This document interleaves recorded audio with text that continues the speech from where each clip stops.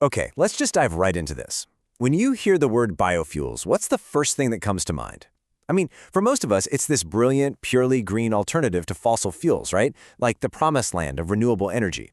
But in this explainer, we're going to take a structured, kind of investigative look under the hood of that green halo.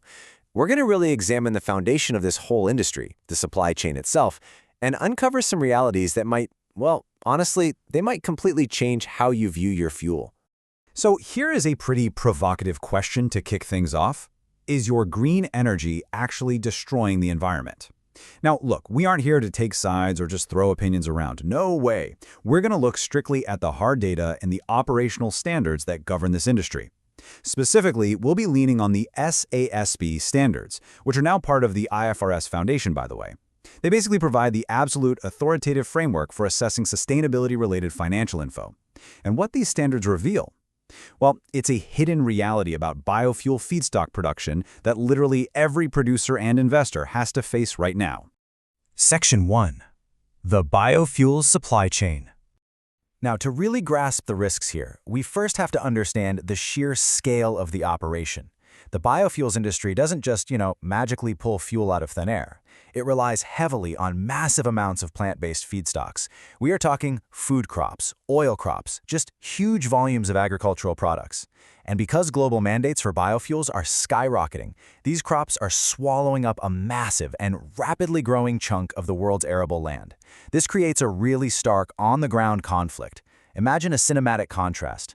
On one side, you've got unsustainable monoculture, just vast sweeping swaths of totally deforested land, stripped of its ecosystem, just to churn out a single crop for fuel. But then, on the flip side, you have the ideal scenario, sustainably certified farmland that actually works in harmony with the local environment.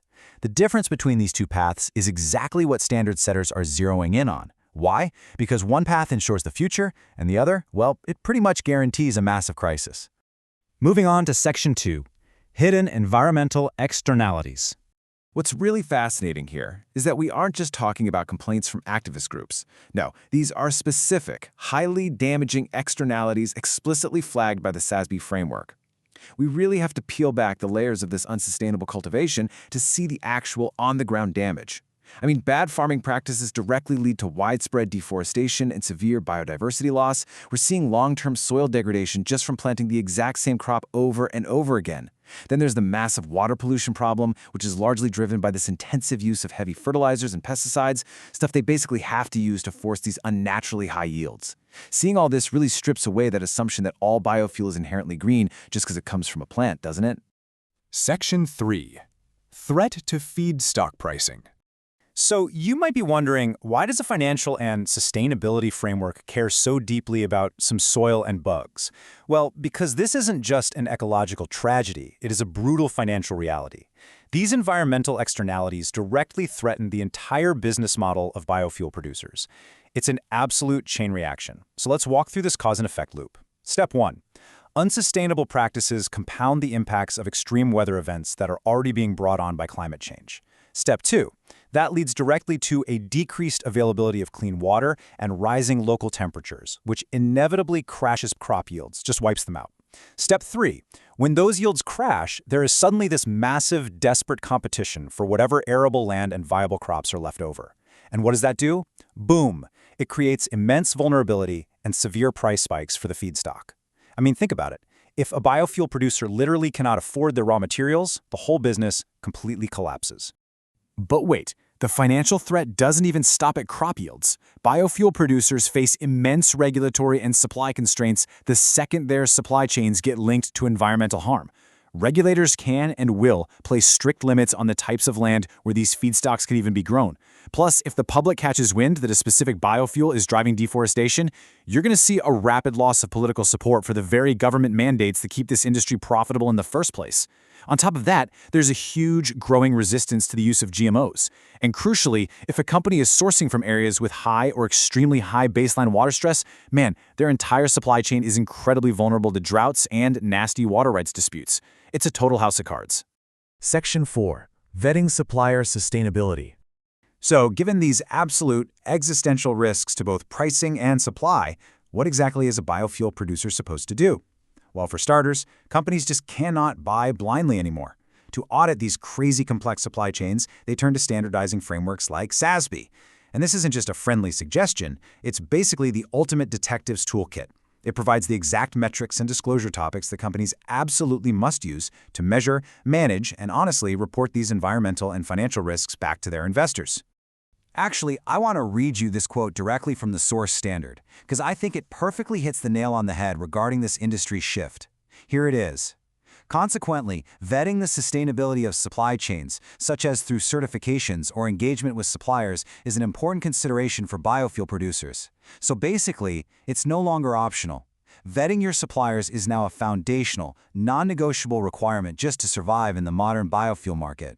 And the cool thing is, the standard outlines highly specific, totally actionable strategies for this vetting process. Companies need to execute really strict supplier audits. They need to see exactly how and where their feedstocks are being grown.